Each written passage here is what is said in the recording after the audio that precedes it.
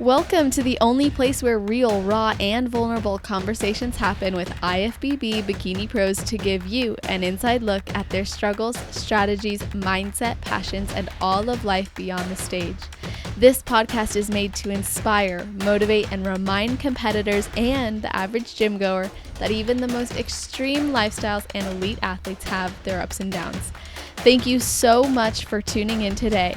I'm your host, Celeste Rains-Turk, and now it's time for the Confessions of a Bikini Pro podcast.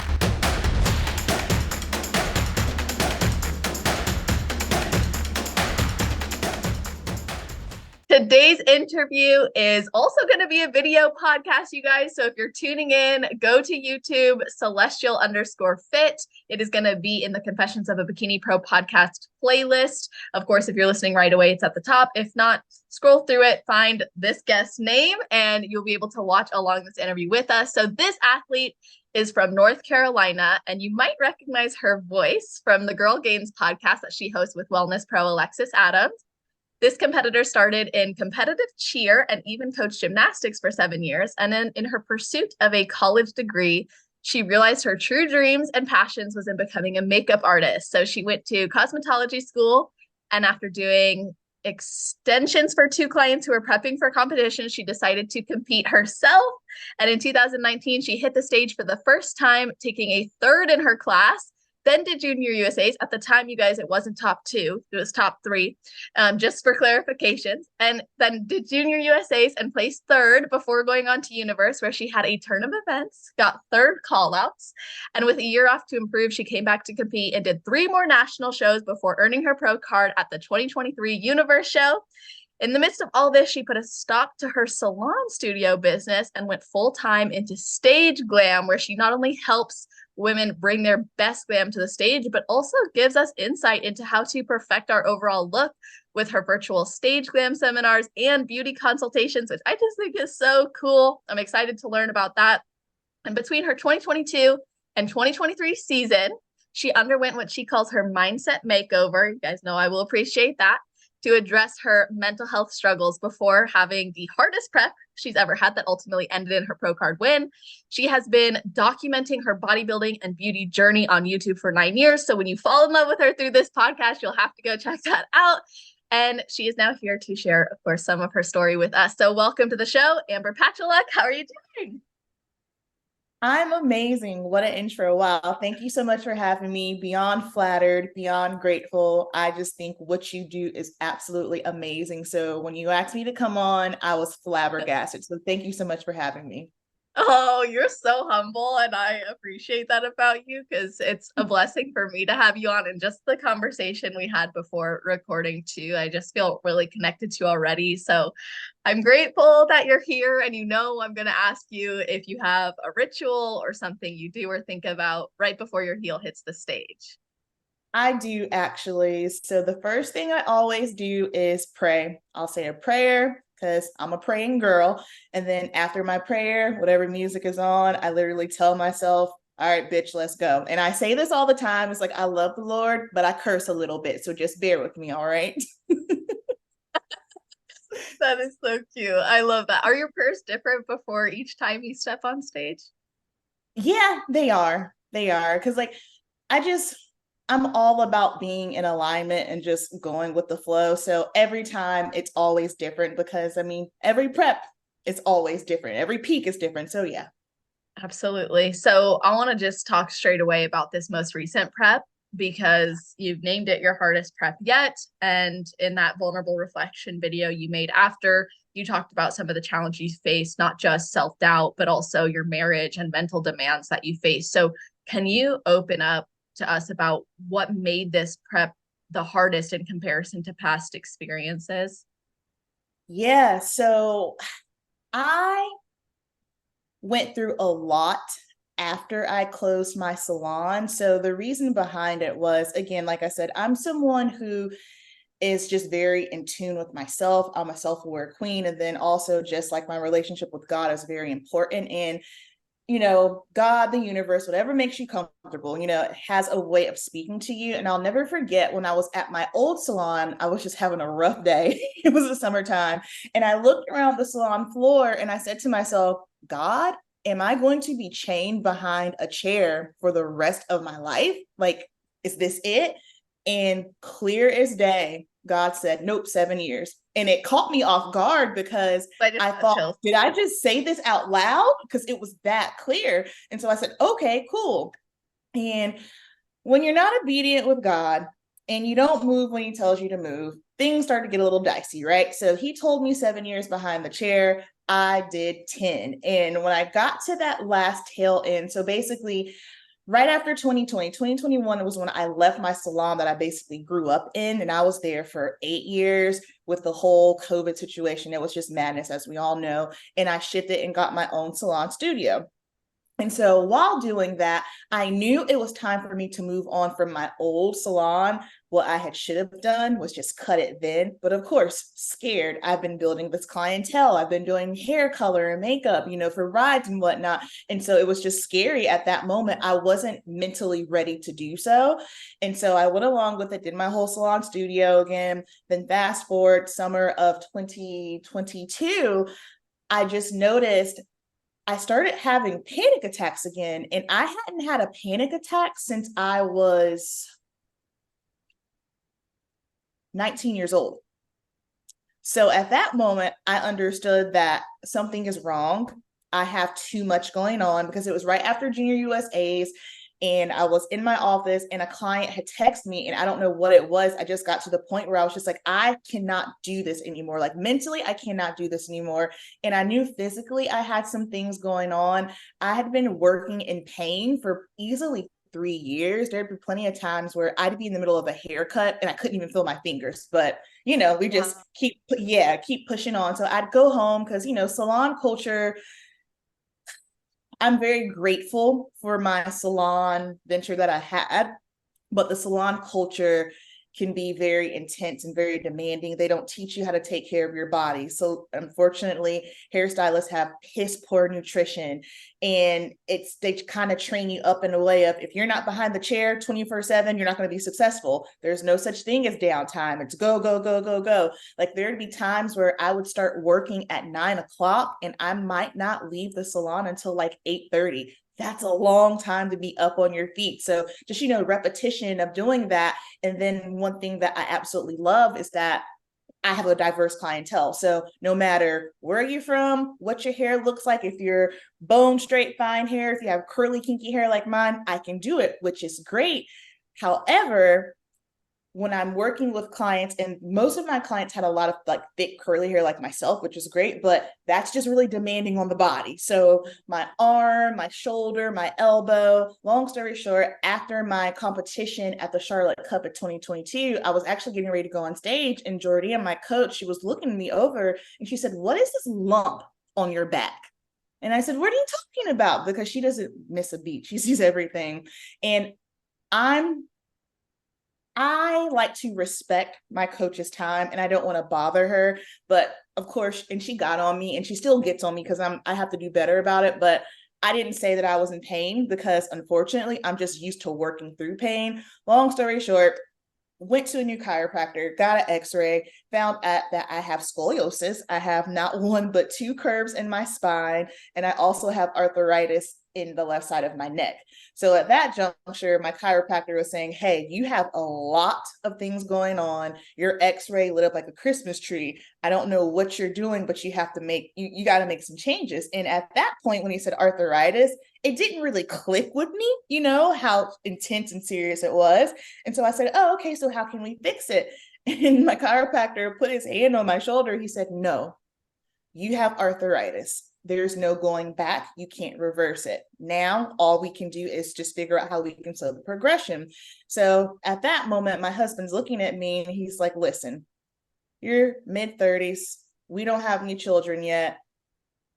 No, you can't keep going on like this." And at that moment, I had already started doing stage glam in 2021. And he just kind of said, "You're working the salon and you're not in the best health wise at this point with COVID, because let's face it, hair is a luxury service. You don't have, especially the services that I do, I'm predominantly a hair colorist. You don't have to go get your hair colored. You know what I mean?" And I understood that. And I was always very gracious for anybody that sits in my chair, especially after COVID.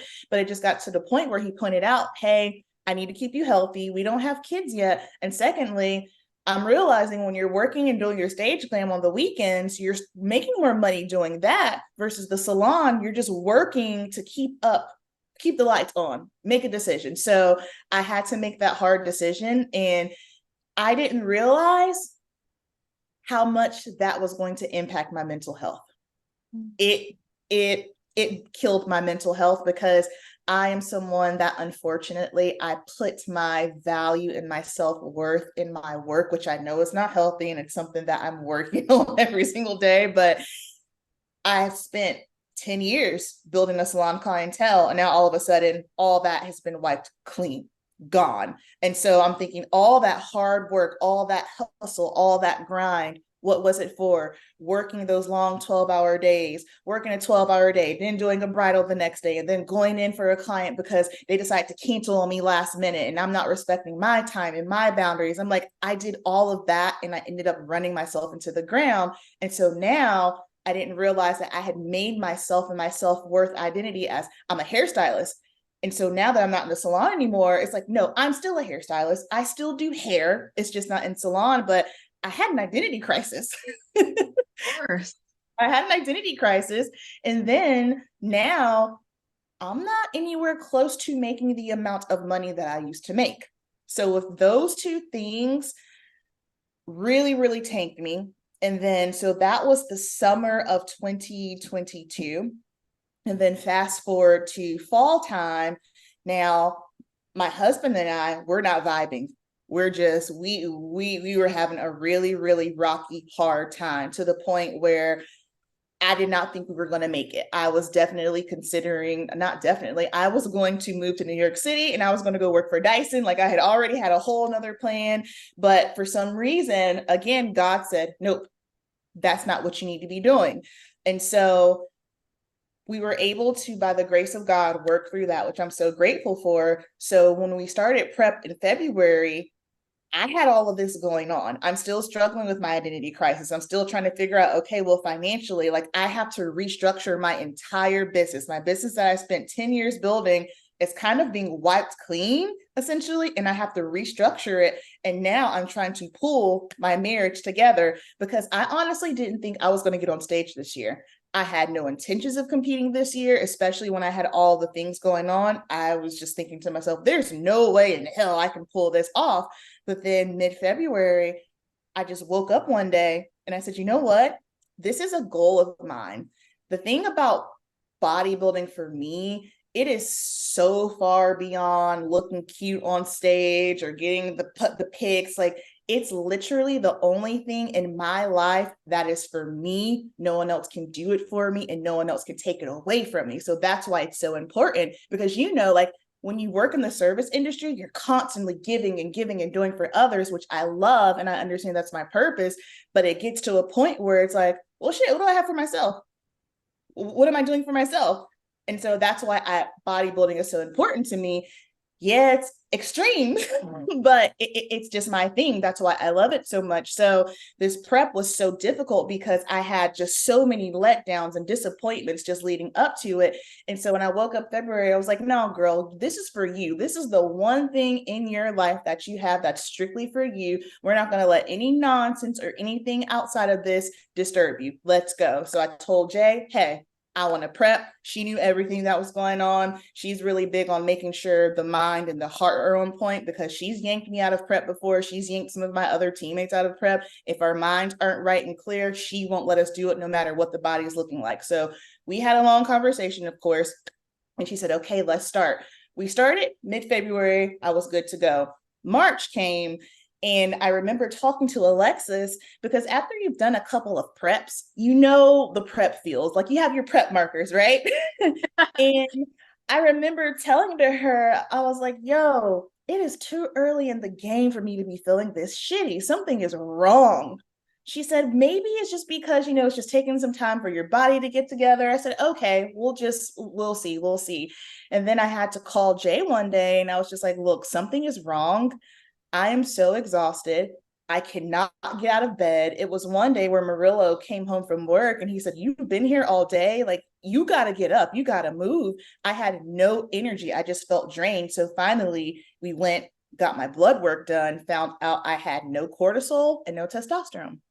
Whoa. That's why I felt horrible. And so the hormone specialist just said to me, I don't even know how you're functioning right now. So that on top of my emotions and personal stuff, it just made everything very, very difficult at the very beginning of prep. I had to dig deeper than I've ever had. I've had to go places I've never gone. I've had to do things I've never done before. So with everything between my hormones and personal and work and marriage stuff, that's why it was so difficult. Wow. Well, that sounds incredibly challenging, especially like given everything that led into that season too. Like it wasn't just, this is something I think needs to be understood. And when you go through it yourself, you understand it. We have to remember others go through it too. Most of the time, the season we see is a result of many seasons before it too. It's not just that you pushed in that season and you got the pro card. It's that you made big life decisions leading into it as well. And you had your come to Jesus moments and Yeah. to make some really hard decisions. And then I think in some ways it sounds like those difficult decisions in your personal life actually maybe supported you in it making some hard decisions or more mindful decisions in this prep. Oh, 100%. Absolutely. And it is so amazing, especially just with my husband and I, how things turned around for us. He was supportive before. And I'm not going to lie, when I first started bodybuilding in 2019, so we got married New Year's Eve, 2018. Okay. March 2019, I decided I'm going to be a bodybuilder. So now he's looking at me like I'm crazy because This woman I just married. Yeah, right, basically, because before we even got married, we were together for 4.5 years. So we've been together for 9 years in total. So he's looking at me as if I have 5 heads, thinking, what are you talking about?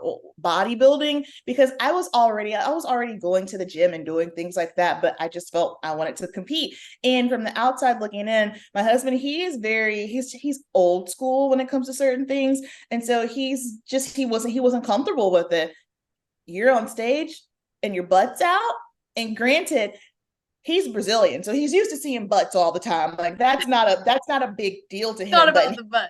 It's not about the butt at all. No, he's like, whatever. I see butts all the time. I grew up seeing butts on a regular basis, but it was just him trying to wrap his head around. Well, hold on. First of all, we just got married, and I honestly, I didn't realize how much of a big commitment bodybuilding was going to be. I didn't know, because at the beginning, you don't know what you don't know. That's right. And so him trying to wrap his head around that, it took him a minute to get on board. And he was supportive, but he was just very hesitant about it because from the outside looking in, we understand that it's not just us showing our butts on Instagram. You know what I mean? We understand it's a muscle, it's an art. Everybody else on the outside, they don't see it that way. And that's what he was saying. He's like, I'm sorry, I don't see it that way. Most people don't see it that way. So trying to make him see it a specific way was very difficult. But then, fast forward now, had it not been for him, I would have never done Universe. Had it not been for him, I probably wouldn't have done my pro debut 2 days ago. So it's just very heartwarming to see the growth that we've had. So what did he say? Because I had some listeners asking what really encouraged you to do Universe. So that just answered the question. Okay. But what was it that ultimately what was his influence that made you realize like, yes, I could go through with Universe and yes, I can make my pro debut? So it started honestly with Chattanooga Junior Nationals. We were getting ready because we drove and we were getting in the car. And like I said, I understand how God speaks to me. God speaks to me with nature or through dreams. He just randomly he got in and he said, I'm supposed to tell you something. And I was like, okay, what are you supposed to tell me? He's like, I think God's telling me to tell you to cast one more net. And I'm looking at him. I was like, Lo, what the hell are you talking about? This sounds crazy. He said, no, hear me out, because there's this Netflix special that he likes called Chosen. And basically, it's the story of Jesus in modern day time. And so, there's a scripture in the Bible where the disciples are like, Jesus, there ain't no fish in the water. nothing's happening. We're hungry. We need to get out of here. And Jesus is saying, no, no, no, cast one more net, cast one more net. And they do it. And then all of a sudden, an abundance of fish, right? And so he said, no, it's just like in the scripture, just like in the show Chosen, where the disciples were hungry. They didn't have any fish. Jesus said, cast one more net. And then all the fish came. So I said, okay, not thinking anything of it. We go to Chattanooga. I get sixth place. Of course, I'm a wreck at this point because the whole year has been nothing but disappointment. And so he looks at me. He said, that's why God told me to tell you to cast one more net. You did Chattanooga. It didn't go the way that we planned. You have to go again. And I didn't want to go again. I was in probably the most effed up headspace I had ever been in, because regardless if you are competing or not, show day is overstimulating. It's overstimulating when I'm working and doing stage glam. It's hella overstimulating when my friends are competing, and it's overstimulating for me when I'm competing. So you have all these post-show highs and emotions. Your serotonin is all off. You've been dieting. Hormones are all wacky. And it literally took every fiber in me to do universe. I didn't want to do it. Like, if you guys watched my vlog, like you saw the day before, I was just kind of like, F this. I don't want to be here. But because Murillo told me cast one more net, that's the only reason why I did it. Wow. Yeah. And you had a moment when Alexis came to the hotel room, right? And this supported your mental shift. I was not just the travel to Jersey was hellacious. I didn't want to be there. The travel was obnoxious. The hotel was this jacked up rinky-dink hotel. I couldn't get it together. I was trying, I know how to be professional, keep a smile on my face, do all the things. Hey guys. But then by the time I got back to my room, I was getting ready to tan. My emotional battery was drained. My mental battery was drained. Knock at the door. Jordan opens it. It's Alexis. And seeing her, I don't know what it was about seeing her, but it just gave me some kind of click in my brain. And in that moment, I said, okay, it's showtime. Let's do it. And I don't know what that is. And it's just so funny because she surprised me. She originally wasn't even going to come. What she did was she had booked the flight and she booked it for the wrong day. And she said, well, shoot, I can't come and I have to work. But then she said she didn't know what it was. She just felt pressed that no, I have to be there. I have to be there for some reason. She said she didn't know why she had to be there. She just knew she had to be there. So it's just the way that everything worked out was God orchestrated, because the way I had booked my flight through American Airlines, it was basic, which I think is the most, I don't mind paying extra if I need to change, but whatever, I get it, rules are the rules. And so with me winning, my flight was at 8:00. But the photo shoot with JM was at 9. And Murillo said to me, well, you got to figure it out because you can't miss that. And Alexis said, well, that's why I'm here. So I ended up just forfeiting, not getting on my flight. I was able to do the photo shoot, and then I just rode back to Virginia with Alexis. And then my mom picked me up from her house. That's amazing. Yeah. Wow. I think it's especially interesting coming from the background that you did too, working in a studio and not having a lot of support, being told you got to be on your feet all the time. You can't eat when you need to eat. Otherwise, you won't be successful. And I think it takes some, and of course, you were a coach before and an athlete before, so you understand that mentality of like pushing yourself and take it to the limits, which, I think a lot of our greatest weaknesses can be our greatest strengths and vice versa. But when did you start to develop a community in bodybuilding that you felt like you could really rely on or turn to? I think so. When I figured out I wanted to compete, the first show that I ever went to watch was in Charlotte, where I live, and Alexis was competing in it. That was her first show ever. And so, we always search the hashtags for the show because I wanted to see more competitors so I could really understand what this whole thing was about. And she happened to pop up and I was like, oh yeah, that's the girl that won. She looked incredible. So I just DM'd her. I was like, hey, oh my God, you look amazing. I'm starting prep. Congratulations. You did it fantastic. She said, thank you so much. And we just clicked instantly. And we've been homies ever since then. And we say this all the time because we don't want people to think that, oh, they're just social media friends, or it's just for, specific reasons. Like, no, we're real friends. We talk every single day, all day long, about everything. Like, she literally knows everything about me, the deep dark stuff, and vice versa. So it started with her. And then when I transitioned and I got with Jordan in 2021, of course, being on a team, you're going to get a huge influx of people as well, which that's the thing. Like, how I explain it, because that's a question I get a lot. People are always asking, what's it like being on a big team? I never wanted to be on a large team. That was never my intention. I just wanted to be with a coach that I knew would take care of me. And so when I was looking for a new coach, I noticed that I was already following a lot of girls that were on Fit Body Fusion. And the one thing that I noticed was all these girls, of course, I'm going to say appeared, because social media is just the highlight reel. But I thought it was very interesting that I'm following at least 8 to 10 of these girls. All 8 to 10 of these girls appear to be happy and healthy, because health is a big, big thing for me. So that's how I ended up with Jordan. And being with her, with the team comes a lot of great people. So being able to be in that community, getting to know my teammates. And then once I started doing stage glam, of course, then, there's just even more girls. And I think for me, I was very hesitant about getting on a team, because I'm coming from salon culture.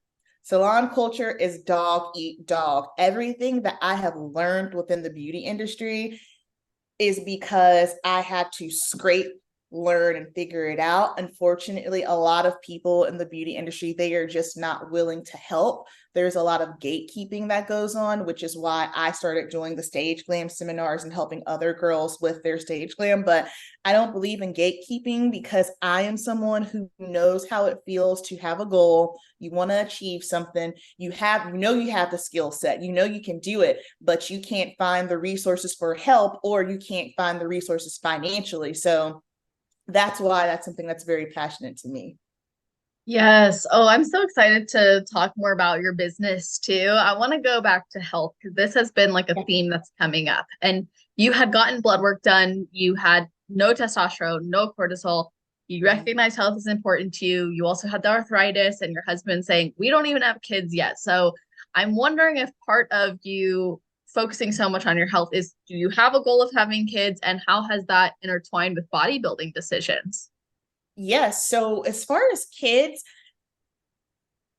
I was never that girl. First of all, I'm still shook that I'm married. That was never on my radar. I was never that girl that was thinking, oh, yeah, I want to have this big, beautiful wedding. I want to be in a white dress. I want to get married. I want to have kids in the white picket fence. Like, I come from very humble beginnings. I'm the product of a single mom. So therefore, there was not much.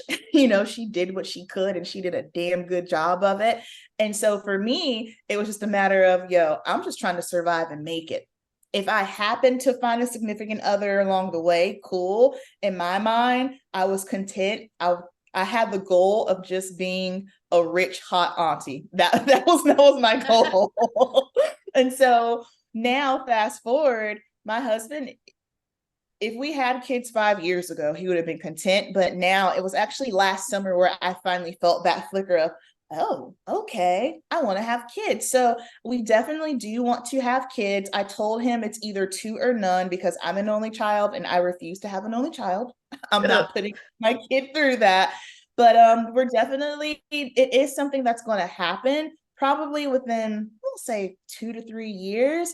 And it's just so interesting, because especially like culturally for him and I, you gotta go to college, you get married, you get the job, you gotta have the kid. And I don't know why society puts these BS timelines on women specifically. Like, men, whatever, they can do whatever they want. But I can't tell you the comments that have been made to me, because I'm 34 years old and I'm married and I don't have kids. It's just wild. And to myself, I'm thinking, that's very invasive. You don't know what's happening. What if I'm trying and I can't? Or how about you just mind your own uterus? Yeah, absolutely. And that's something like I've had people are like talk about it more on the show, and I'm like, I won't go there unless someone says something about it, because Right. I feel like there's a lot of that pressure already. There is a lot of that pain that can come with it too. And I think it's really great that you're willing to just share that as well, because there's probably people listening who are feeling that way too, feeling that pressure, especially like I think in the competitor space too, it's like not only are you trying to have the money to compete and to then go pro, I mean, that's a big Yeah. investment. And then you also want to do it on this timeline. I put 3 up here. I don't know why. This one was like, let's go. But you get this timeline and you're like, okay, now I have to like get the job, get married, and have kids all before I'm this age. And it feels like so much pressure. And that's something I've personally been feeling where I'm like, I have these bodybuilding goals, I have these career goals. I've personally always wanted a family. And I'm like, it feels like a lot, but I have recently realized, especially through talking to so many other women in the industry, that there's time. There's no rush, whether it's time to go pro or time to have kids, there's time. We've just created this, we've been put under this pressure, really. 100%. And it's like, just because someone lives a different lifestyle than you, or they're going about their life differently, it doesn't make you right and them wrong, or vice versa. Your timeline is your timeline. And that's what I preach and say to people all the time. I'm like, congratulations, you decided to have a baby at 20 years old. I had no business with a kid at 20, okay? Because 20's young, dumb, and broke. Absolutely not. So yeah, I'll be 35 in October. I still don't have a child. And people will say to me all the time, oh, you're going to be an old mom. And I'm like, fine, I'll be old mom with a little bit of money in the bank. I'll take it. Yeah, absolutely. There's benefits to each. Like you can't find one that's better than the other. And I think sometimes part of social media like that is so wonderful because of the connection and finding your corner of the world that you really fit into, where maybe in your community in real life you don't have that. But there's also that pressure sometimes where you see like I should be traveling the world, running my business and a side hustle and have a family, and I should be a professional athlete. You're like, oh, and I need a healthy relationship that excellent. It's like, whoa, we don't need to do Yes. all of it before we're like people. I think we've been taught our life ends at 37, 38, 40 Mhm. as women. Like it's just there's never the right time anymore. Absolutely. And what the thing is, I know because I lived that hustle and I got to get all this done and the pressure in the timeline. That's why I burnt out. That's Mhm. why after I closed my salon, I was a total mess. I completely underestimated and was in denial at the fact that I was burnt out. And then I underestimated how much time it would take me to come out of being burnt out. I can say right now, I am finally coming out of the burnout. That's how long Mhm. it took me. Because think about it this way, and I say this to women all the time that just had a baby. You had to bake the thing for 9 months, right? Why do you think you're going to be snatched in 2 months? I have been hustling and burning myself down to the ground for 10 years. Why on God's green earth did I think it was only going to take me 3 weeks to recover from that? Like, come on. Right. That's asinine. Do better. Exactly.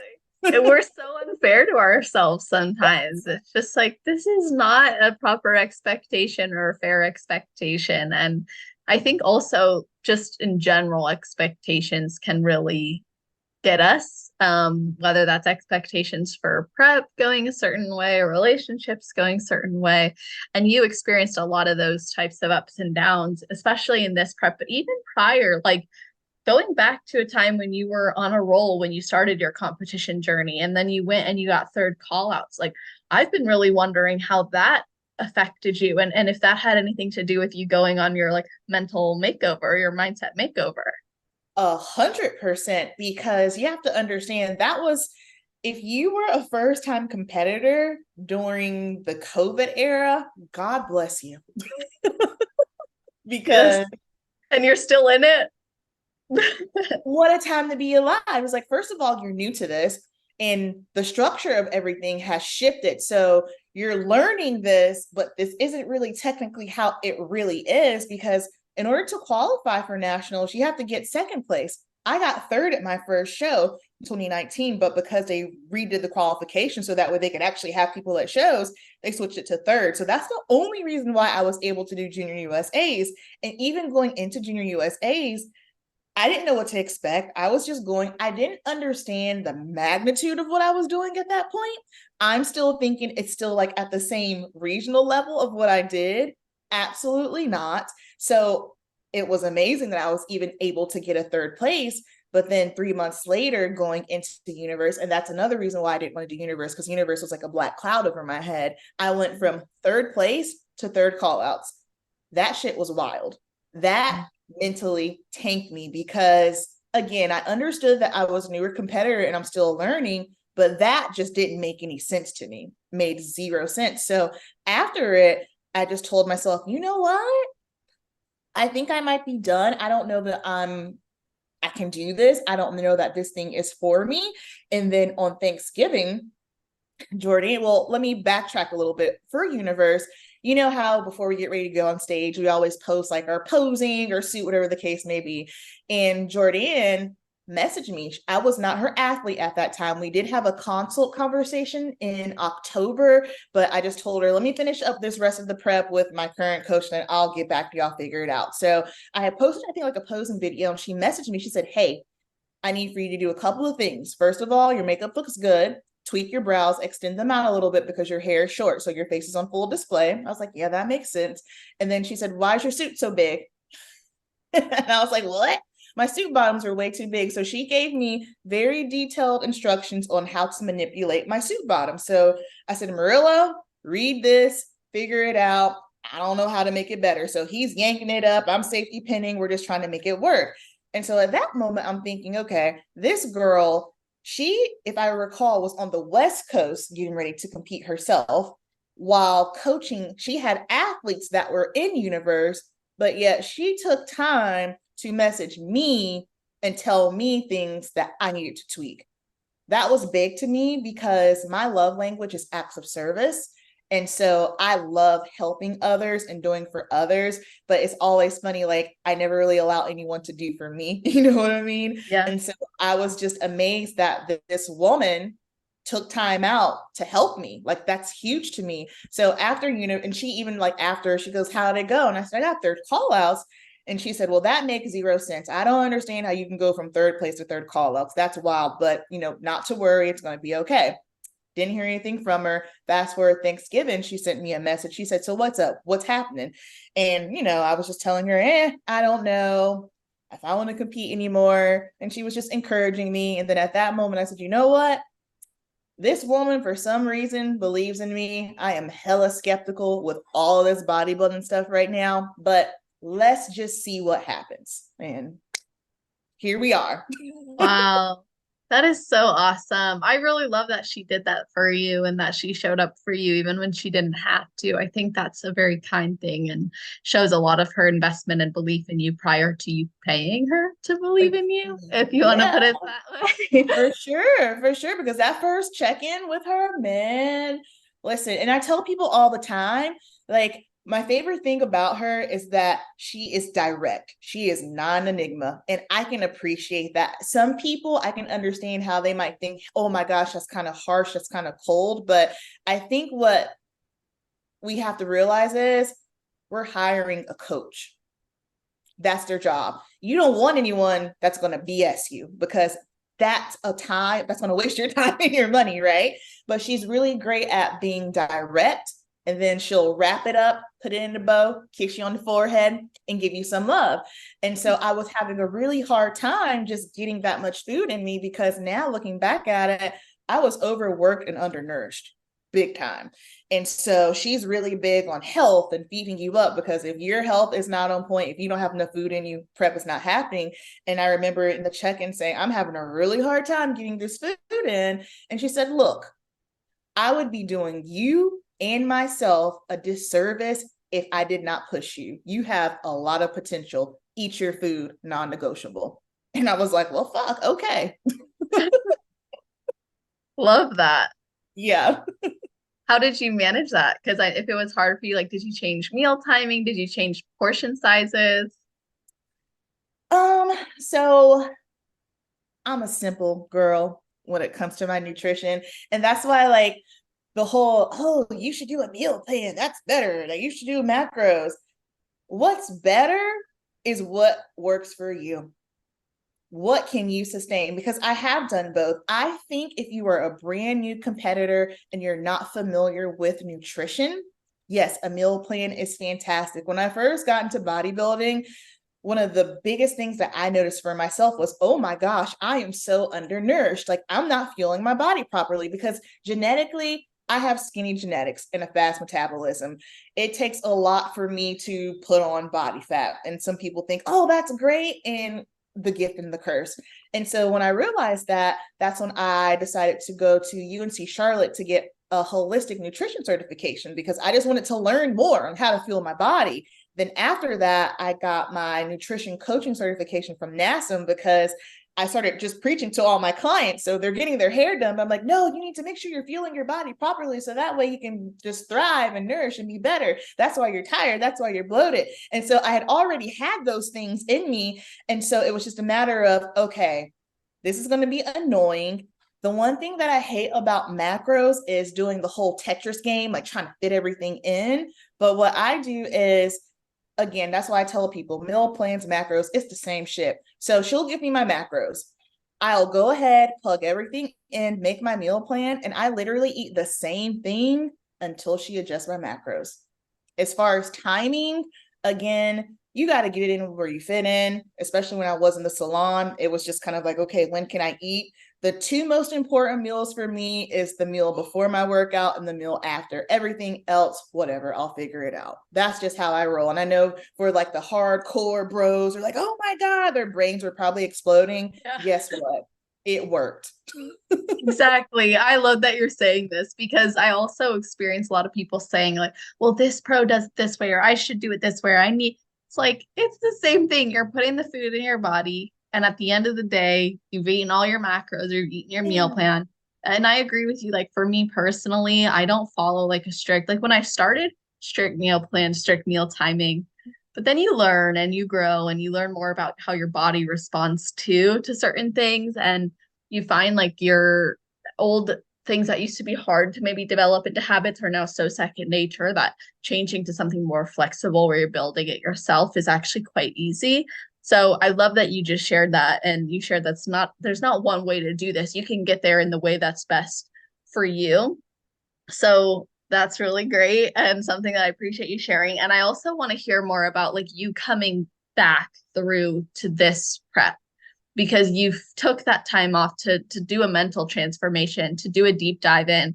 How did that time actually support you going into this season and then ultimately recently making your pro debut? Like what lessons or perspectives have been gained?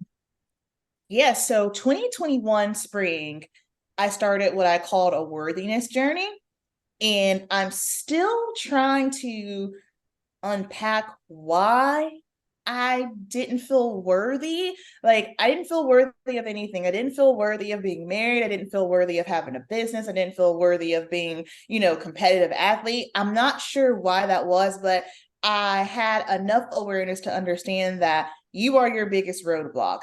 You are the reason as to why you cannot get to where you need to go. You have all of these limiting beliefs that are challenging you. And it's just basically everything is coming to a screeching halt. So spring of 2021, when I realized it, that's when I really started this whole mindset makeover before I even gave it a name. Every morning before I would brush my teeth, I have a little dry erase marker and I'd write on my mirror, you are worthy. You are beautiful. You are intelligent. I was basically writing all of these things that I did not believe I was, and it's so interesting because what I would tell my husband, because I think sometimes Lo would get offended. He's like, well, I'm telling you all these things. Cool. I appreciate it. Thank you so much. You can tell me this all day long, but if I don't believe it in here and in here, it kind of doesn't matter, but I hear you and I appreciate you. So going through that, I'm really big on journaling. Journaling is huge. And when I go back and I look at my journal, especially from last summer, man, I had to basically have what I call a gut check and say to myself, now, Amber, if one of your homies was talking to themselves in this manner, you would rip their ass wide open because this is not okay. You can't be mean to yourself. You have to exercise grace. Like, where is all of this coming from? So it's hard because when you have those moments where you have to look yourself in the mirror and deal with your own shit, and put all your stuff out there. I even had to do that when Marillo and I were going through our stuff in our marriage. It's like, yes, okay, he did this. However, it takes two to tango.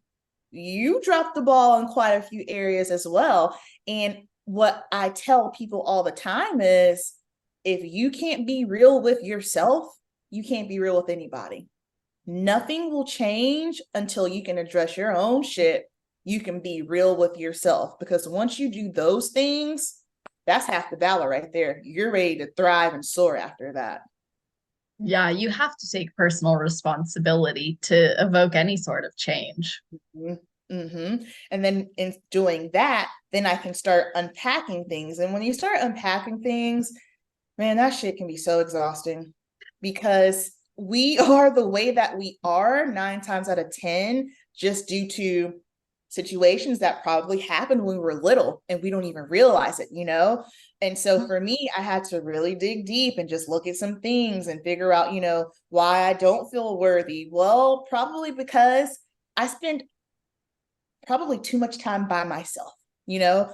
And isolation is the devil's playground. And when you spend so much time by yourself, I know for me personally, I kind of thought, well, I'm by myself all the time. So that probably means that no one likes me. So therefore, I'm probably not worthy to have friends, which means I'm probably not worthy to go do X, Y, and Z. And that wasn't the case at all. I wasn't by myself because of those things. I was just by myself because you're an only child. You know what I mean? Like, you just, that's just what it was. But now understanding that when you don't have the verbiage to really express that, because I didn't have the proper verbiage to express all of these things, you know, you just kind of, I'm really good since I've been little, I've been really good at just accepting shit for what it is and keeping it moving.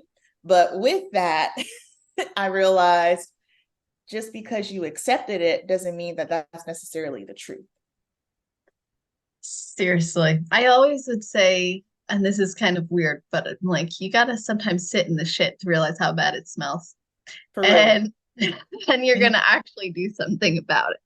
Because Mm-hmm. you, if you just keep ignoring it or pretending it's not there, or looking away from it, because you can exercise acceptance, but acceptance also comes with acknowledgement of what is it that you're actually accepting. It's one thing to accept it, it's another thing to be like, oh, I know it's there, but I'm just not going to look at it, but I accept that it's there.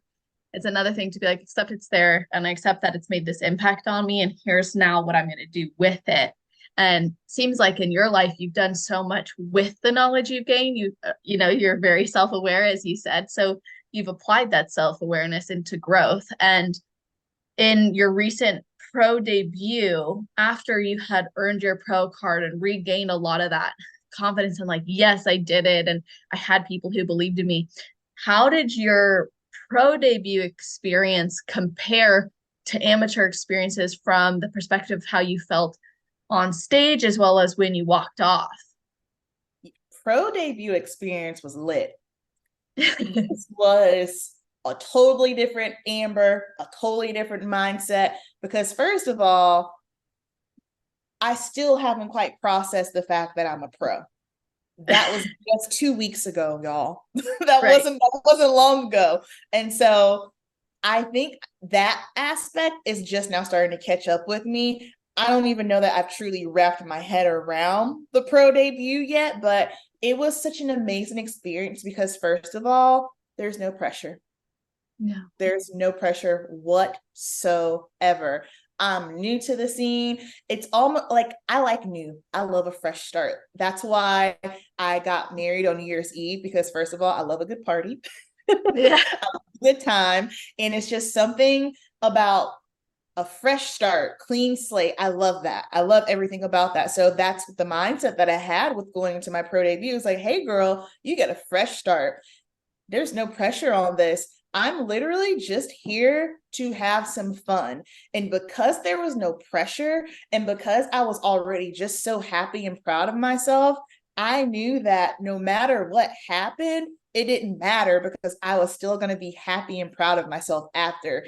And going back to that, I have been such a student of specifically the bikini division just because I love it so much. That's what I compete in.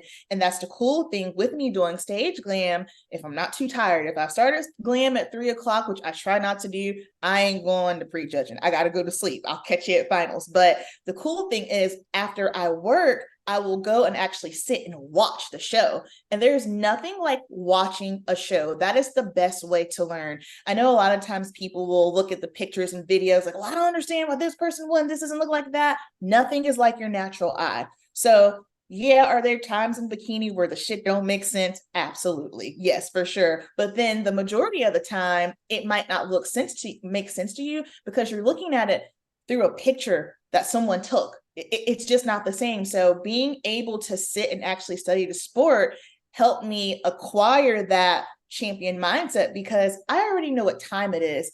I understand that with bikini, it takes time. Of course, you will have those occasional anomalies that'll go into a pro debut, bust it wide open, first call out, or maybe even win. I knew that wasn't going to be my story. And I was okay with it because I said it in my vlog one time. I'm not here to be Miss Bikini Olympia. And with me saying that, I didn't realize that it was going to set so many other athletes free because just because you're bodybuilding, it doesn't mean that you even have to be an Olympian. You can still have an impact. See, that's what it's about for me. I have a different story. I have a different God has a different plan for me within bodybuilding. And it's not for me to be Miss Bikini Olympia. That's for somebody else. That's great. I have a different plan. I'm going to make an impact in a different way. And honestly, I think that's just as dope as someone becoming Miss Bikini Olympia. So if you're in this and you love bodybuilding and you feel like, oh, well, if I don't get to the Olympia, then I'm not going to be cool or I'm not going to make an impact. No, absolutely not. You can make an impact just simply by being yourself, sharing your story, and being kind. That's literally what it's about.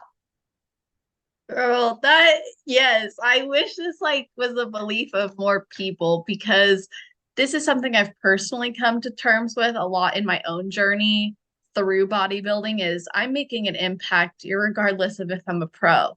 Like 100%. it's not about waiting for the golden platter to fall from the sky when you become a pro so you make an impact. It's like you can do it now. And I realized like I was talking to my coach and I never ever expressed doubt to my coach before. In one check-in, I expressed doubt. And he's like, Celeste, this is the first time I've heard this. And I was like, me too. But I'm coming to terms with something, which is like, if I don't ever get what I would like tangibly, I know that everything I've done in the industry otherwise and plan to do is so much more meaningful to me. And so it's not a diss to me wanting to achieve the pro card or wanting to compete on a pro stage. That is still something I desire. I also know that that's not my value, or as you said, that's not the only reason you're in this sport. And I love how you communicated that because it's literally speaking to my soul. Like that's how I feel. I'm like this, no matter what happens, I have this podcast, like I have the mental health work, I have everything that I'm contributing. And like I would have never in a million years dreamed of that. Like I was thinking about a pro card before I even thought about everything I'm doing now. It's like, so what? It's opening doors, Yes, and that's the thing because let's just be real. We can only compete for so long.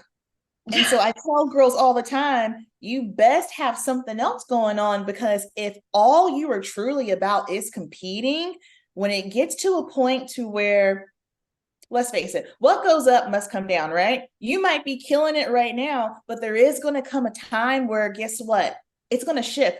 I'm already seeing a shift in bikini. I can already tell they want new blood. They're mixing it up. Things are changing. So if you're just solely only about getting on stage, when it comes to a point where maybe you're not on the high anymore, or it's time to hang up the heels, you are going to be a mental wreck. So you have to have something else. You have to.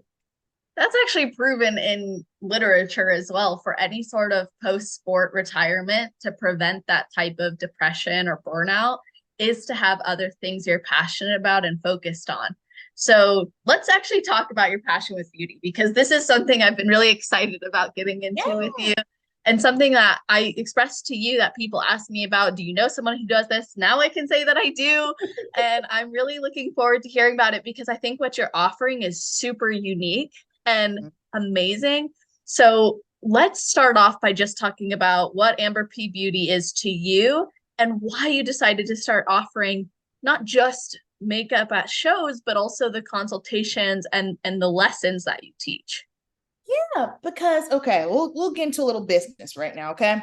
Yes. With beauty, where I started in salon, they don't really teach you how to scale your business. That's the tricky part about being a service provider.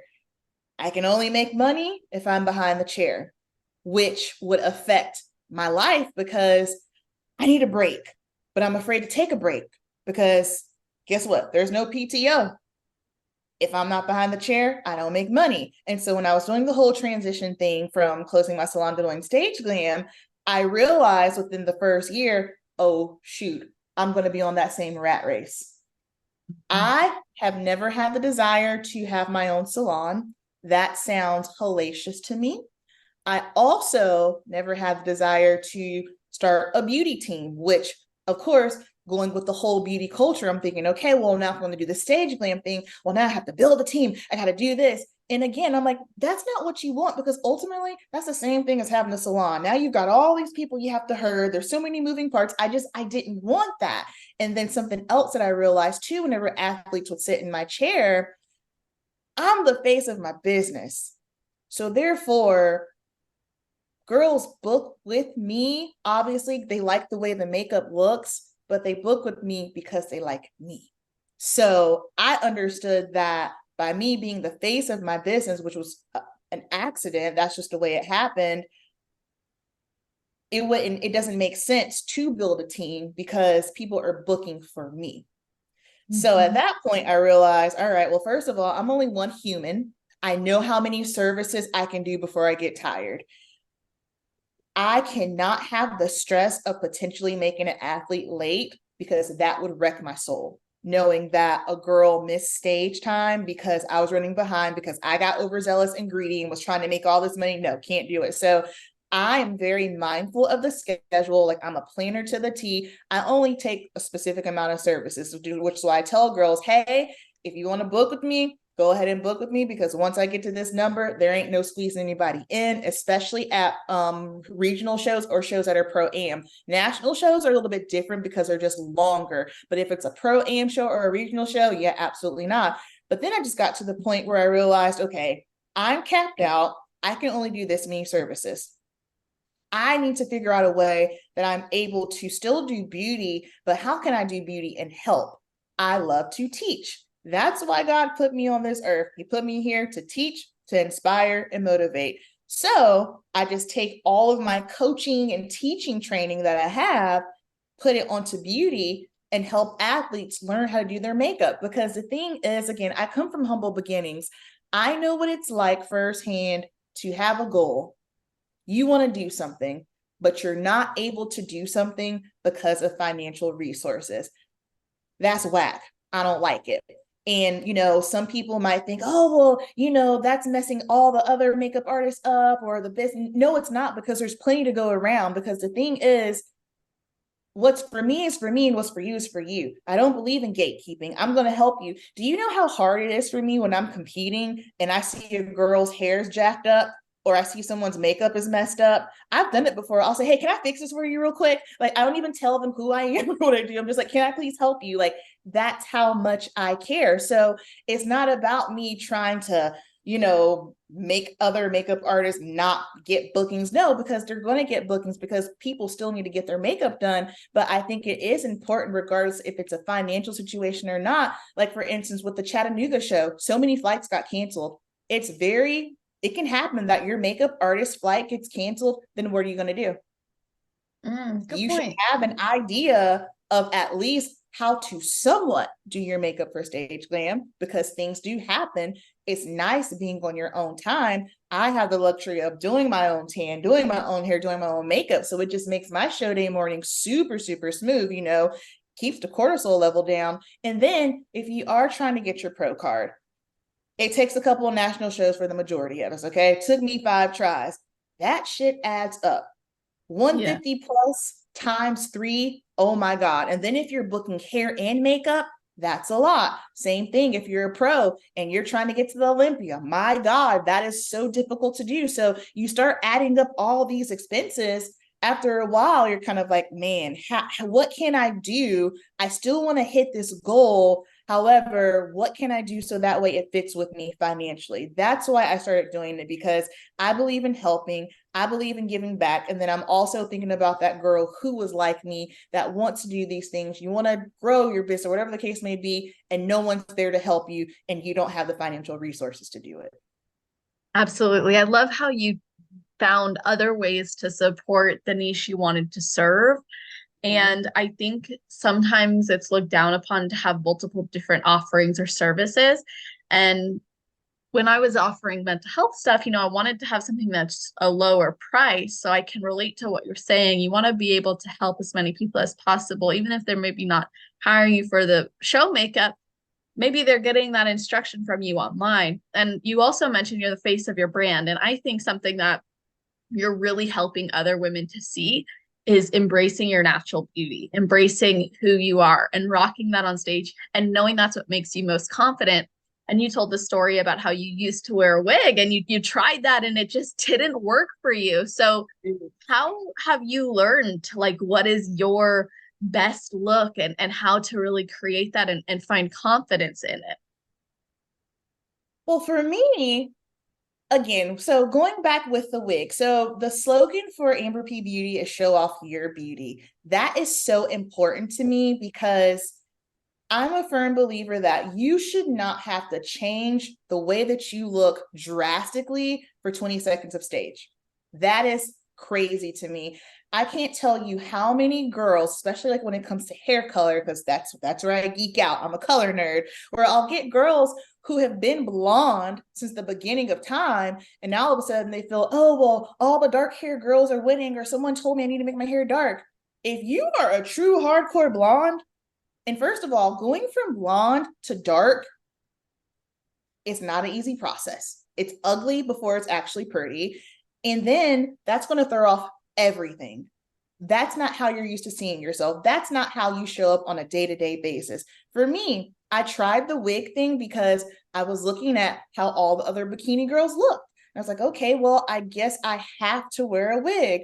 At that point, I hadn't worn long hair in probably what, 4 years. I used to wear extensions all the time, but then I was over it. I was like, I don't want to deal with the maintenance anymore. I'm tired of having it. And then honestly, it just got to a point where I became confident in myself. And I just like me personally better with shorter hair. I feel like it looks better on me. It suits me better. And that's just my vibe.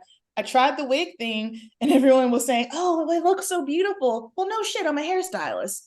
It's going to look beautiful. That's not the issue. You know what I mean? The issue was on stage, I did not feel like myself. My Mm. posing was off. I got hair all over me, hair flips, what? That's not my vibe. So it's very, very important to me, especially for the short hair girls, and especially for the short hair girls that have coily, kinky hair like myself. Because again, this is something that's not touched on, but I always like to touch on the things. If it makes your soul sizzle, then hey, that means you probably need to be the main person in the conversation. But for us Black women, just in society, we are always told that we need to look a certain way or act a certain way or present a certain way in order to achieve X, Y, and Z. That is the biggest bullshit. No one has ever said that verbatim to me within bodybuilding, but I have heard, hey, you might want to put a wig on. Short hair doesn't do well in bikini. So that's why it was so important for me to show up as I am, because representation matters. And I say this all the time. Hey, y'all, show up as you are. And the thing is, I'm not against wigs. I'm not against extensions. I'm against it if that's not what you want to do, but you feel forced to do it. I love wigs. I love extensions. I think they're beautiful. Absolutely. Slay, kill the game. But if you're truly a short haired girl through and through, and you're going to feel like a foreign creature with long hair, please do not do it, because it's going to reflect in your stage posing and presentation. You're going to feel crazy on stage. You're going to look crazy on stage, and you're not going to present your best self. That's such a great point. Like, really, it's about embodying your true self and what makes you feel your best. And you can acknowledge that other looks are great or other looks might be being Yes. rewarded, but you can't really win if you feel that way at the end of the day. You might have a crown or you might have a medal, but if you didn't feel like yourself or you felt like you had to be somebody else in order to get that, like, how gratifying is that really? Yeah. And then that was the other thing too, was a huge mental mind for me was, especially at the national level, that third place was the highest placing that I had, and I had a wig on. So it Mm, made me think, oh, the only reason why I was able to achieve that, because not much really changed within that 3 months. Of course, you don't know who's showing up. I get that. But you have to understand, for me, I did something that was totally out of the box for me. And doing that, presenting a different look that I'm not really comfortable with, to me, it translated to, oh, they only like me because I had a wig on. So going back 3 months later, showing up with my short hair, getting third call outs, that stung. That messed with me big time. And I'll be honest, that messed with my mental 100%. And that was one of the reasons why I was just thinking to myself, I don't even want to compete, because if I can't show up as I am, what's the point? But then going back to Jordan, because I had asked her about it, because when I did Universe in 2020, my hair was short. I had like a short Rihanna pixie cut, but it was relaxed. It wasn't in its natural state. And I hate maintenance. Yes, I'm in the beauty industry, but I hate maintenance. I don't want to go get my hair colored. I don't want to get my nails done. I'm just like, I got shit to do. Get me out of here. And so at that point, I was like, I'm tired of having to go get my hair relaxed every 4 weeks. I'm just going to go back natural. And I hit Jordan up asking her, is this going to be a problem? Because I understand how bikini can be. Let's face it, it's a muscle beauty pageant. You have to look pretty, you have to present and look a certain way. And she's all about it. And of course, obviously, she wears her curly hair on stage. And I said, is this going to be acceptable? And she said, yeah, absolutely. Why not? I wear my curly hair on stage. And I said, okay, yes, but you have to understand there's levels to this curly hair. Your curly hair is accepted. Will mine be accepted? Because mine is tighter, mine is coily, mine is kinkier. And so when people look at me, they don't even consider my hair curly. They just think, oh, she's just got an afro, which that's fine as well, which is something that whenever I am talking in terms of hair, specifically curly hair, I say curly hair, because if you have curly hair, I don't care if it's a loose curl or a tight curl, it's still a curl. And I always like to teach my clients to get away from associating their curls with their race. So just because you're a specific race, that means that, oh, your hair's going to look a certain way. I have white clients that have tight curly hair. I have Black clients that don't have tight curly hair. So your race has nothing to do with what your curl is doing. The curl is its own thing and the race is its own thing. So for me, that's why showing off your beauty and having all athletes, regardless of if you have bone straight blonde hair, tight, coily, kinky hair, I need for you to show up in a way that you feel comfortable with, because that's the only way you're going to be able to present yourself properly on stage. I think that's such a great message because there's so much, like we were talking about pressure earlier. Mm-hmm. I feel like there's a lot of pressure on women also to change so much about how they look. I mean, even just look at the filters on social media that are trying to make us all look the same. And so we start to maybe think that we're not enough, or we don't look how we need to be rewarded, or we need to be exactly like this person, or we need to get this done in order to be accepted. And so the message you're sharing is so beautiful because you're helping to accentuate someone's natural beauty on a day that they've worked so hard to get Yes. to, or helping them at least learn how to do that. So I'm going to pick your brain, but I recognize you also charge for these types of services and Yes. information. So if anything's too much, just refer us out. But let's kind of get into how to get your best look. So first of all, what are some of the mistakes that you see people making when they do their own makeup? Man, contouring. Specifically on the sides of the cheekbones. Like, I got a 5 head. So yes, I'm going to contour that bad boy because it's big. So you have to understand, with contouring and highlighting, it's all light play. When you're contouring, you're shrinking something, you're making it look smaller. And when you're highlighting, you're bringing something forward, right? We have diet face. We do not need to contour the cheekbones. It's already there. It's already prominent. And then, of course, understanding your facial structure, I feel like that's something that I'm really good at, because the first thing I'm doing, regardless if I'm working on a competitor that's about to get on stage or just, someone that needs their makeup done, I always consider the bone structure and the facial shape, because let's say if you already have a very prominent jawline, we don't need to make it more prominent. we want to soften it up. So understanding these things, like we already have diet face. Most of the time, your face is already sunken in. You need blush. We want cheeks. So that's something that I see wrong a lot. I love color. I'm a color girl, but sometimes I don't mind a monochromatic look, but if sometimes, and I'm saying sometimes because it can be done, it just has to be finessed a proper way. But if you have a red suit, and then if you have, first of all, matte red eyeshadow looks good on nobody. I don't care what your skin color is. Matte red eyeshadow and matte blue eyeshadow are absolute hell no's. Do not do that. It looks crazy. It looks tacky on stage. It's just not a vibe. But if you have a red suit and then you have red eyeshadow going on, then you have red lip, sometimes it can just be a lot.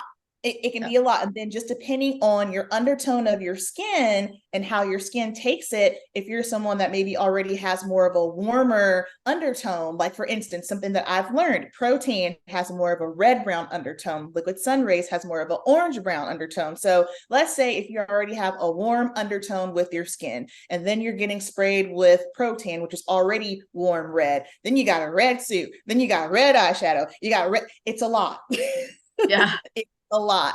And then I think something that a lot of people fail to realize too, I get it, it's stage makeup. Absolutely. Girls are thinking, you got to see it from the audience. Yes. However, there have been plenty of times where I've been sitting in the audience and I see a girl come on stage. She has so much makeup on. That's all I'm looking at. They say all the time, you don't want a body part to stick out more than another. Same thing with your stage makeup. Everything should just flow and be cohesive. Yes, the colors have to be on. Yes, you're putting on a little bit more. But if I'm looking at you and all I can see is your eyeshadow, 9 times out of 10 is too much. And you got to crank it down a little bit. So how do you determine the best styling for competitors, from their hair to their makeup? Because we know now what maybe some knots. Don't do this. And when you're evaluating someone and they're in your chair or you're coaching them through this process, like how are you helping them pick that best style or find it? Yeah. So I know for girls, a lot of the question, straight or curly? They say, oh, well, my physique was hard, so I need curls to soften me up. I used to think that. I don't think that anymore, because here's why. The physique is one thing, but your hair is one thing. If you're rocking straight hair on stage, you have to have the healthiest head of hair, especially if you are a blonde and you're rocking straight hair, because the lighter your hair is, light hair is not forgiving. So if there's any imperfection and you're wearing it straight, it's going to show. If you curl it, curling is always going to hide any imperfection. So if I'm working on a girl and she's like, oh, I want my hair straight, and I see she needs at least 5 inches of her hair trimmed, I'm going to say, well, first of all, no, your hair's not healthy. The imperfections are going to show. Secondly, if the hair is touching the glutes, I've done this so many times. If you ever sit in my chair and your hair is touching your glutes, you're getting a haircut. It's on the house. Don't worry about it. That's happening because you have worked far too hard on your glutes for hair to be touching them. You want to see at least, I tell girls, at least an inch to 2 inches of the waistline. So that way you can still see your shape of your hourglass and you can see the glutes. Again, something else, extensions. Okay, cool. Sometimes, just depending on the person's hair or the extensions, it's obvious. So if you have extensions in and you want to wear it straight, if it's looking kind of gappy or spacey, I'm going to say, hey, this is looking a little too obvious. Let me throw a little bit of a curl or a wave in it, so that way it just kind of flows and looks better. On the flip side of that, there is such thing as too tight. You don't, if you're going to be curling your hair, you don't want pageant hair. I have this thing in salon and it might be inappropriate. So if this is inappropriate, you can take it Okay. out. But I would tell people I don't like perfect hair. You want to have sex hair. You know what I mean? Like you don't want it to be perfect pageant hair, but you don't want it to be crazy rough, but you just want your hair to look a little bit more lived in. That's the vibe that I like for hair and how I help girls pick their hair.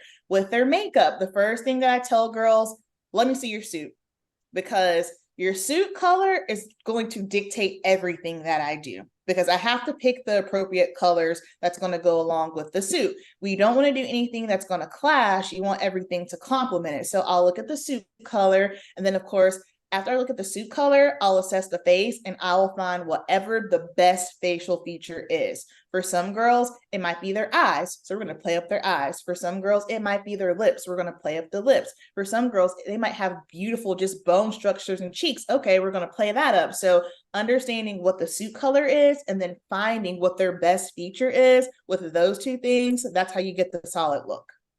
How did you learn that? Trial and error, because let me tell you, when I transitioned from doing bridal special occasion makeup to solely stage glam, it's a learning curve because there's no courses on this. Right. And it's totally different. So I had to make a lot of mistakes.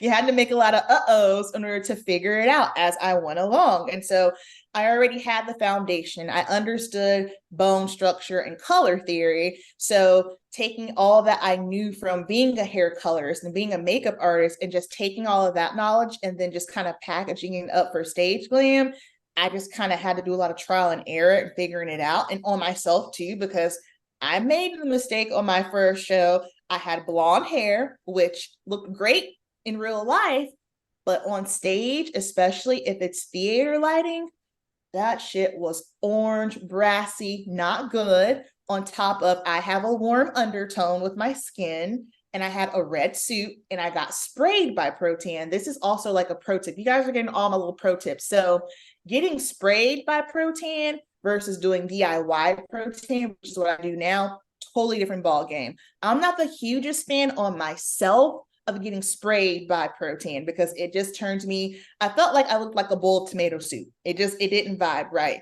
If I have to get sprayed, I personally like liquid sun rays because, like I said, they have more of an orange brown undertone and it looks better on my skin. But if I'm doing the DIY by Pro Tan, it's totally fine. I guess maybe because there's more control. I don't know if it's the product maybe isn't as concentrated as when they get sprayed. Don't quote me on that. I'm not 100% sure, but those are some little tweaks and things that I've just found along the way.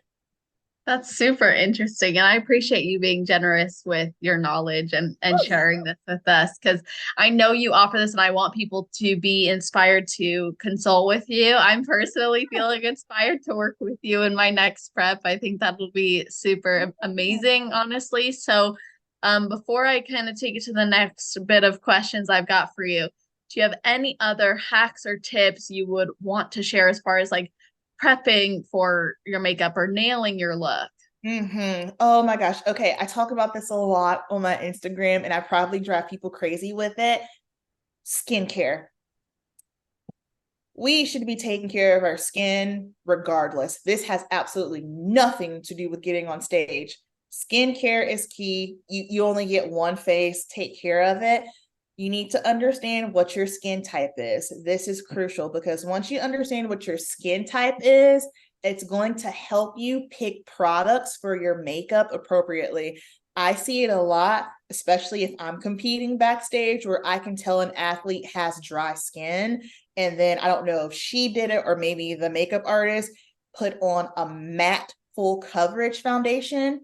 Listen, if you have dry skin, and you put on hardcore matte full coverage foundation, you're going to look like a dried up corpse. So understanding your skin type, and then once you understand your skin type, you can pick the appropriate products for your skin. And then stage glam prep for your skin. Make sure brows are groomed. Take care of any peach fuzz. We all have it. We're alive. It's okay. I like to use this like a little brow razor and I'll just slowly go over my face with it. I like doing this in general. I'll do it once a month because it just makes your skin look nice and glowy and plump and it's really pretty. So making sure you're taking care of all facial hair, exfoliate your face as well. You know, I'm someone, I exfoliate my body once a week year round. And I personally feel that's why my tan takes so great versus if you never exfoliate your face and all of a sudden, okay, it's peak week, you start exfoliating. I think that could be why some girls do have issues with the tan going on, just simply because you hadn't exfoliated your body all year long until it was time for you to prep for your tan. So exfoliating your body once a week, exfoliating your face once a week as well, but that's something that you should totally do. I like the Clinique 7-day scrub. I like that one because it's very finely milled and it's not going to break your skin open. It's just very, very gentle. This is great if you have dry skin. Any dry patches is going to relieve and pull all of that off, because if you do have dry skin or combination skin, excuse me, where you have any of the dry patches, if you don't get that off and you put foundation on, it's going to grab. And same thing if you have any kind of facial hair, peach fuzz.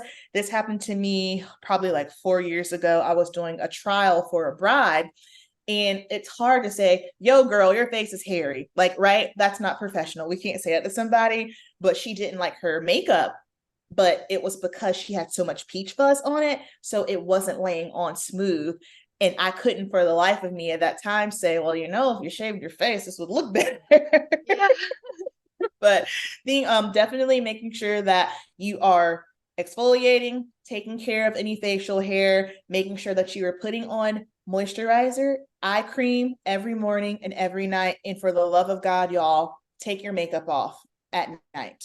If you don't take away anything else from this, please take your makeup off at night, because that is going to wreck your skin. When you think about it, you've been outside in the elements, you got makeup on, then you're coming home, you're laying your dirty face on your pillow, right? So now you have all the bacteria on your pillow. If you're not switching over your pillowcase, guess what? Now your pillow is just breeding bacteria. Every time you lay your face down, you're going to start getting breakouts, or things are just going to start looking crazy. So making sure that every single night you are washing your face. I am someone, if I have to train after work, I keep makeup wipes in my bag. I don't care about looking cute in the gym. That's just me. I understand some girls, that's the thing. And if that's you, I'm not here to like make you feel bad. I get it. You got to do what makes you feel comfortable. But I have oily, acne prone skin. So therefore, me training in makeup is a no-go. That's not happening. Now, it's one thing if you're like doing content. I get that. A photo shoot. Yes, you need makeup on. But if I'm about to have a crazy glute day, I know I'm going to be sweating like a maniac. There's no way I'm going to be training with a full face of foundation on. Wipe it off. Those are some really great tips. I actually appreciate too the long-term care perspective, not just you're a week out and it's time to start prepping your skin. It's definitely nice to hear the proactive perspective as well. And I think it's an awesome opportunity too for people to connect with you and reach out about like how they can determine those things. So Yes. by the end of this episode, we'll for sure plug that. But for now, it's amberpbeauty.com, correct? Correct. Okay, so I just wanted to plug that, but so in case people don't keep listening, at least if this captures your attention, Yeah. definitely want you to check that out. But that is so awesome. And I think from a business perspective, what you've shown is like following your passion, following your purpose, even if you don't know how it's going to look, or even if it's different than what you expected or what you once had, right? Like it's maybe not as much money, maybe it's not as much standing or as much clarity or predictability, but it's something you're enjoying. It's something you're finding your way through. And then I also think it's really cool how your heart was calling you to this. And even though you were stuck, right, you felt tied behind the chair, you eventually did pursue it. And then throughout your competing journey as well, going through those ups and downs and still prioritizing or finding a way through is really beautiful. And I think there's probably so many women listening who are at that rock and a hard place with their business or with their marriage or with friendships. And you seem to really rely heavily on your faith through this journey. So do you have anything else like that I didn't maybe ask you regarding the journey itself that you could share, maybe that you took away from it that you want our listeners to hear? Yeah, actually, there is one more thing, because I feel like this is very important just in regards to just me and my business, especially at the very beginning with beauty. I couldn't find my place within the beauty industry. I struggled with that the entire time, because within the beauty industry, I don't know if people realize it, there are so many things that you can do within beauty. I mean, my God, you can be a beauty influencer, you can be a hairstylist, you can be an esthetician, a makeup artist, you can be a beauty editor. There are so many things. And when I graduated beauty school, I was already the receptionist at my salon, and I had to quit coaching so I could do that. And I saw immediately I wasn't making any money. And so I said to myself, I'm just going to go get my personal training certification. So at least I could do that on the side while I'm doing, the whole hair salon thing. But, I realized, okay, I got to focus on this. But I said all of that to say it took me 10 years to find my space in the beauty industry. I knew the salon space wasn't for me. I've done New York Fashion Week twice. Fashion Week is not for me whatsoever. Did not like it one bit. Bridal, God bless all the bridal girlies. Bridal is like the Hunger Games. It's just, bridal was hands down the least fulfilling job I've ever done. Ever. And for me, I have to be fulfilled. I have to feel good about what I'm doing. That if that means me taking a pay cut, so be it. My happiness is so important. So whatever it is that you're doing, if you're thinking about starting a business or the case may be, understand that yes, sometimes at the very beginning it is very difficult, but understanding who you are and follow your heart and what makes you feel good, because I've done it. You get in the habit of chasing the money, right? Because let's face it, we have bills and things. However, not at the expense of you hating what you're doing, because that's what started happening to me. I was resenting going into the salon, and I started feeling bad about it because I love my clients and I'm so grateful for my salon experience. But it just got to a point where I'm sitting here doing a full head of highlights and I'm thinking about this cool glitter eyeshadow I want to do on an athlete at a show. So follow your heart. That's super awesome. I think that's important. And I can vouch for that too in my journey, like through this business. If I didn't listen to the calling to start this podcast, I wouldn't be doing what I'm doing. It was literally just because I was like, I'm okay with having a passion project. Like I can't continue the business that I had with the knowledge that I didn't start this podcast. So I knew I just had to do it. And now it's changed everything for me. And I think it does take time. You don't know what your end is going to look like. And even where we're at right now may not be where we are forever, but we love where we're at.